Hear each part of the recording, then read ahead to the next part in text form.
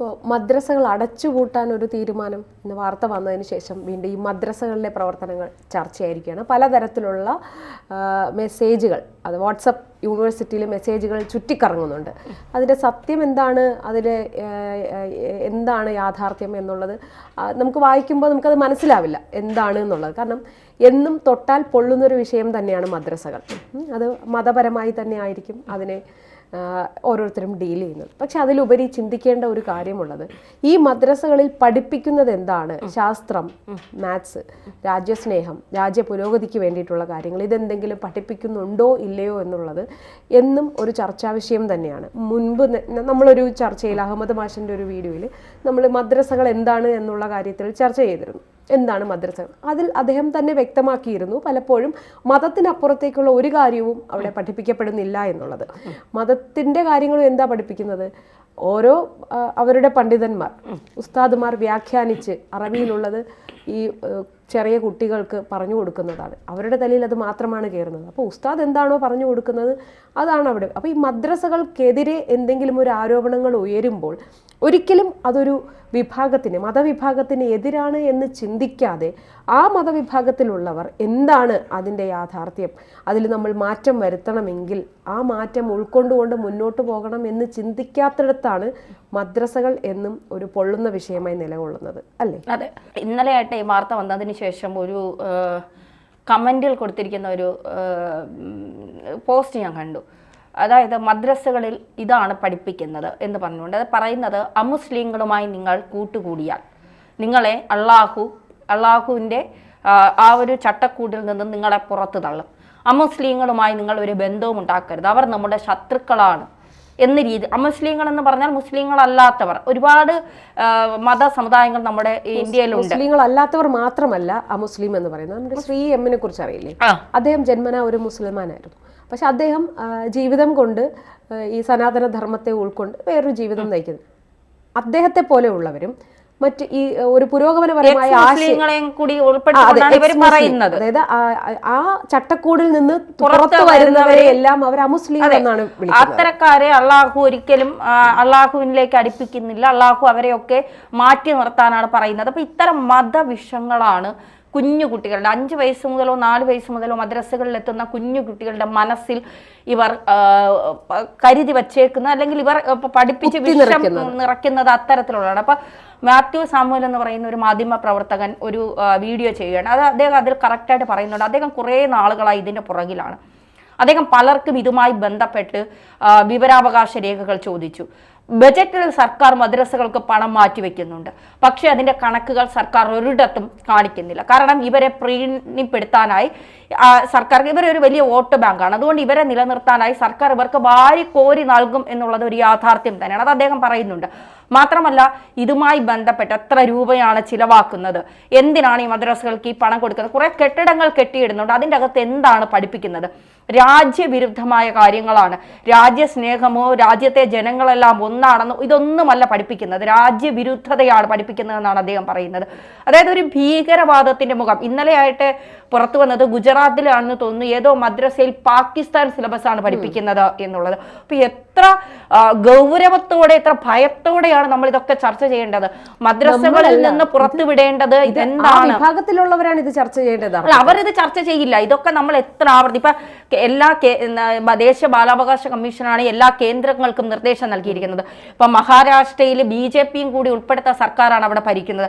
18,000 രൂപയാണ് ഓരോ മദ്രസ അധ്യാപകർക്കും കൊടുക്കുന്നത്. അതായത് BJPക്കും മദ്രസകളിൽ ഉള്ള വോട്ടുകൾ, അത്തരക്കാരുടെ വോട്ടുകൾ വേണം, അതുകൊണ്ട് അവരെ പ്രീണിപ്പിച്ച് നിർത്തിയേ മതിയാകും. അപ്പോൾ കേന്ദ്ര സർക്കാർ ഇപ്പൊ SDPI PFI ഒക്കെ നിരോധിച്ചതുപോലെ എന്തുകൊണ്ട് മതത്തിന്റെ വിഷം കുത്തിവെക്കുന്ന മദ്രസകൾ നിരോധിക്കാൻ കേന്ദ്ര സർക്കാർ തയ്യാറാകുന്നില്ല? അപ്പോൾ അതൊരു വിഭാഗത്തെ പിണക്കി കഴിഞ്ഞാൽ ന്യൂനപക്ഷങ്ങളെ പിണക്കൽ വോട്ട് ബാങ്ക് എന്ന് പറയുന്ന ഒരു രീതി. ഈ വോട്ട് ബാങ്കിനപ്പുറം ഇവരൊക്കെ പഠിച്ച് എങ്ങോട്ടാണ് പോകുന്നത്? ഇപ്പോൾ 170ഓളം ആളുകൾ ഇവിടെ നിന്ന് സിറിയയിലും അവിടെ എവിടെയൊക്കെ പോയിരുന്നു. അതിൽ 95% പേരും മദ്രസകളിൽ പഠിച്ചവരെന്ന് പറയുന്നു. നമ്മുടെ ഇന്ത്യൻ ആർമിയിലോ പോലീസ് സേനയിലോ ഒന്നും ഈ മദ്രസകളിൽ പഠിച്ചവർ ഇല്ല എന്നാണ് അദ്ദേഹം പറയുന്നത്. രാഷ്ട്ര നിർമ്മാണത്തിന്റെ ഒരു ഘട്ടങ്ങളിൽ പഠിച്ചവരാരും അവരുടെ ജീവിതം ഇല്ല. അവരെ പഠിപ്പിക്കുന്നത് രാജ്യസ്നേഹമല്ല, രാജ്യത്തോടുള്ള രാജ്യത്തോടുള്ള ഒരു സ്നേഹം. നമ്മളൊക്കെ ഗാന്ധിജിയുടെ പുസ്തകങ്ങളും അല്ലെങ്കിൽ ഈ സ്വാതന്ത്ര്യ സമരത്തിൽ പങ്കെടുത്ത പലരുടെയും കഥകളും ഇന്ത്യ ചരിത്രം തന്നെ പഠിച്ചു വന്നവരാണ് നമ്മളൊക്കെ. ഇന്ത്യയെ എത്ര ബുദ്ധിമുട്ടിയാണ് സ്വാതന്ത്ര്യം നമുക്ക് നേടിത്തന്നത്, നമ്മുടെ രാജ്യം എത്ര വിലപ്പെട്ടതാണ്, നമുക്ക് ഏത് രാജ്യത്ത് പോയാലും നമ്മുടെ രാജ്യമാണ് നമുക്ക് ഏറ്റവും വലുത്, ആ രാജ്യത്തിനെതിരെ നമ്മൾ ഒന്നും പ്രവർത്തിക്കാൻ പാടില്ല എന്ന് ചിന്തിച്ച് വളർത്തുന്നവരാണ് നമ്മൾ ഓരോരുത്തരും. അതുകൊണ്ട് തന്നെയാണ് പലപ്പോഴും നമ്മൾ നമ്മുടെ രാജ്യത്തിനെതിരെ ഒന്നും സംസാരിക്കാത്തത്. ഇപ്പോൾ KT ജലീലിനെ പോലുള്ളവരൊക്കെ കാശ്മീർ വിഷയത്തിൽ സിമിയിൽ നിന്ന് വന്നതാണ്, അദ്ദേഹമൊക്കെ സംസാരിച്ച രീതി നമ്മളൊക്കെ കണ്ടതാണ്. അപ്പോൾ ഈ മദ്രസകളിൽ പഠിപ്പിക്കുന്നതിൻ്റെ ലക്ഷ്യം എന്താണ്? ഈ കുഞ്ഞുങ്ങളെ എന്തിനാണ് ഇവർ ഇങ്ങനെ മതം കുത്തിവെച്ച് വാർത്തെടുക്കുന്നത്? സ്വാതന്ത്ര്യത്തോടു കൂടി വിദ്യാഭ്യാസം നടത്തി രാഷ്ട്രത്തിന്റെ വളർച്ചയ്ക്ക് വേണ്ടി പ്രവർത്തിക്കേണ്ടവരുടെ മനസ്സിലേക്ക് ചെറുപ്പം മുതൽ തന്നെ മുസ്ലിങ്ങൾ അമുസ്ലിങ്ങളെല്ലാം നമ്മുടെ ശത്രുക്കളാണ്, ഇന്ത്യ നമ്മുടെ രാജ്യം ഇന്ത്യ അല്ല പാകിസ്ഥാനാണ്, മുസ്ലിം രാഷ്ട്രങ്ങളാണ് നമ്മുടെ രാജ്യം, ഇന്ത്യക്ക് വിരുദ്ധമായി വേണം നമ്മൾ മറ്റു രാജ്യങ്ങളിൽ ചെന്ന് പ്രവർത്തിക്കാൻ, ഇത്തരത്തിലുള്ള വിഷവിത്തുകൾ കുഞ്ഞുങ്ങളുടെ മനസ്സിൽ കുത്തിവെച്ചുകൊണ്ട് എന്താണ് ഇവർ നേടിയെടുക്കുന്നത്? ഇപ്പോൾ ഈ ചർച്ചയാകുമ്പോൾ ആരോപിക്കുന്നത് കേരളം കേന്ദ്രത്തിൽ നിന്ന് ഫണ്ടൊന്നും കിട്ടുന്നില്ല, പകരം ഇവർക്ക് ഒരു ക്ഷേമനിധി ബോർഡാണുള്ളത്. ഈ ക്ഷേമനിധി ബോർഡിലേക്ക് മദ്രസ മാനേജ്മെന്റും അവർ നിക്ഷേപിക്കുന്ന ഒരു തുകയാണ് ട്രഷറിയിലുള്ളത്. ആ പൈസയാണ് ഇവർ ഉപയോഗിക്കുന്നത്. അതായത് സർക്കാരിൽ നിന്ന് ഇവർക്ക് ധനസഹായമൊന്നും നൽകുന്നില്ല എന്ന് തന്നെയാണ് സ്ഥാപിച്ചുകൊണ്ടിരിക്കുന്നത്. അതായത് കേരളത്തിലെ മുസ്ലിം ജനസംഖ്യ എന്ന് പറയുന്നത് 88,73,472, അതായത് 26%. നമ്മുടെ ജനസംഖ്യയുടെ 26% മുസ്ലിങ്ങൾ. കേരളത്തിലെ മദ്രസകളുടെ എണ്ണം 21,683. കേരളത്തിലെ മദ്രസ അധ്യാപകരുടെ എണ്ണം 2,46,083.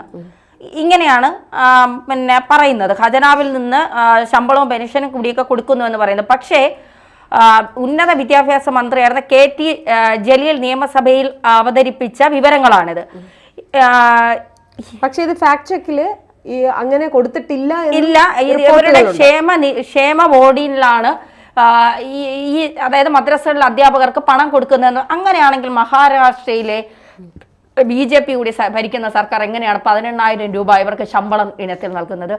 ഇപ്പോൾ മാത്യു സാമുവൽ പറയുന്നത് ശരിയാണ്. നമ്മുടെ ടാക്സും നമ്മൾ കഷ്ടപ്പെട്ട് ഒരു സോപ്പ് വാങ്ങുമ്പോൾ പോലും നമ്മുടെ അതിൽ നിന്ന് കൊടുക്കുന്ന പണം ഉപയോഗിച്ചാണ് ഈ മതം കുത്തിവെക്കാനായി ഇവരെ വളർത്തുന്നത് എന്നുള്ളതാണ്. രാജ്യത്തിനെതിരെ നമ്മുടെ രാജ്യത്ത് നിന്നുകൊണ്ട് രാജ്യത്തിനെതിരെ പഠിപ്പിക്കുന്നത് ഇത്തരം കാര്യങ്ങളാണ്. മാത്രമല്ല ഇതിന്റെ കണക്കുകളൊന്നും വ്യക്തമായി നൽകാൻ വിവരാവകാശ നിയമപ്രകാരം അപേക്ഷിച്ചിട്ട് പോലും പലതവണ അതിന് ഉത്തരം ലഭിച്ചിട്ടില്ല. അദ്ദേഹം പറയുന്നുണ്ട് ഈ ജമാഅത്ത് ഇസ്ലാം പോലുള്ളതിനെയൊക്കെ നിരോധിക്കണം. SDPI PFI നിരോധിച്ചതുപോലെ ഇത്തരം മദ്രസകൾ എന്തുകൊണ്ട് മദ്രസകൾ നിരോധിക്കുന്നില്ല? മദ്രസകളിലെ കുഞ്ഞുങ്ങൾ കൊച്ചു കുട്ടികൾ ഈ 4 വയസ്സ് മുതൽ 7 വയസ്സ് വരെയാണ് കുഞ്ഞുങ്ങളുടെ ബുദ്ധിവികാസം സംഭവിക്കുന്ന പ്രായം എന്ന് പറയുന്നത്. ഈ പ്രായത്തിൽ കുത്തിവെക്കുന്ന കാര്യങ്ങൾ മുസ്ലിം ഒഴിച്ചുള്ളവരൊന്നും നമ്മുടെ കൂടെ പഠിച്ച എൻ്റെ കൂടെ പഠിച്ച ഒരു കൊച്ചുണ്ടായിരുന്നു, മുസ്ലിമാണ്. നമ്മൾ കൊണ്ടുവരുന്ന പ്രസാദം കഴിക്കില്ല. അത് ചോദിക്കുമ്പോൾ പറയുന്നത് ഇത് കഴിച്ചാൽ നമ്മുടെ കാസ്റ്റിന് നിന്ന് നമ്മളെ പുറത്താക്കും, അങ്ങനെയാണ് ഞങ്ങളെ പറഞ്ഞു വെച്ചേക്കുന്നത്. ഹിന്ദുക്കളോ മറ്റിതര സമുദായത്തിൽ നിന്ന് കൊണ്ടുവരുന്ന ഇത്തരം പ്രസാദങ്ങളോ ഇത്തരം സാധനങ്ങളോ കഴിക്കാൻ പാടില്ല. ഇതെല്ലാം അവരെ പറഞ്ഞു. അപ്പം ഒന്ന് ആലോചിച്ച് നോക്കി, നമ്മളൊരു പള്ളിയിൽ പോയാൽ ഇപ്പൊ മുസ്ലിം പള്ളിയിൽ പഞ്ചസാരയും നമ്മുടെ ഭീമാവള്ളിയും നോമ്പ് കാലത്ത് പള്ളിയിൽ നിന്ന് കഞ്ഞിയുണ്ട്, നമ്മളെ കാത്തിരുന്ന് കുടിക്കാം. ഈ പഞ്ചസാരയും ഭീമാവള്ളിയിലൊക്കെ സ്ഥിരം പോകുന്നവരാണ് നമ്മൾ. ഈ പഞ്ചസാരയും കുരുമുളകുമാണ് അവിടെ തരുന്നത്. അത് കഴിക്കുമ്പോൾ നമ്മൾ വിചാരം തൊണ്ടയൊക്കെ ശരിയായി. നമുക്ക് അവിടെ ഒരു വേർതിരിവില്ല. വെട്ടുകാട് പള്ളിയിൽ നമ്മൾ തിരുവനന്തപുരം ജില്ലയിൽ ഒരുവിധപ്പെട്ട എല്ലാ ഹിന്ദുക്കളും പോകുന്ന ഇടമാണ് ഭീമാവള്ളി വെട്ടുകാട് പള്ളിയും. അപ്പോ അതുപോലെ തന്നെ പത്മനാഭസ്വാമി ക്ഷേത്രവും ക്രിസ്ത്യാനികളും വരും ഹിന്ദുക്കളും വരും, പക്ഷെ പുറത്തറിയുന്നില്ല എന്നുള്ളത് മാത്രമേ ഉള്ളൂ. നമ്മുടെ ഗുരുവായൂരാണെങ്കിൽ ഇതൊക്കെ പറയുമ്പോൾ ഇനി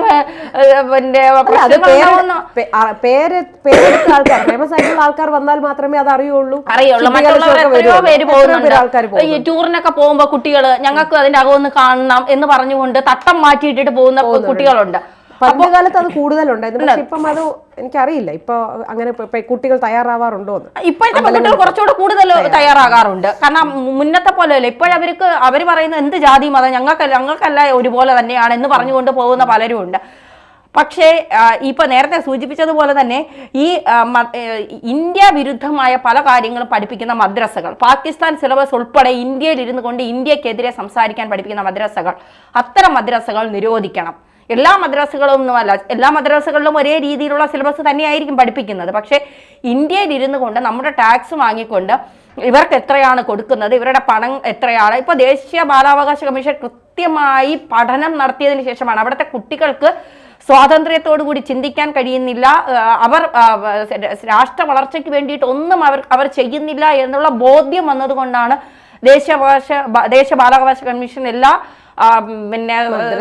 എല്ലാ സംസ്ഥാനത്തിനും നിർദ്ദേശം നൽകിയിരിക്കുന്നത്. ഇത് അടച്ചു പൂട്ടണം, സാമ്പത്തിക സഹായം ചെയ്യാൻ പറ്റില്ല ഇനി എന്നുള്ള കർശന നിർദ്ദേശം നൽകിയിരിക്കുന്നത്. പക്ഷെ എത്ര സർക്കാരുകൾ അത് അംഗീകരിക്കും, എത്ര പേർ അത് പാലിക്കും എന്നുള്ളത് കാത്തിരുന്ന് തന്നെ കാണണം.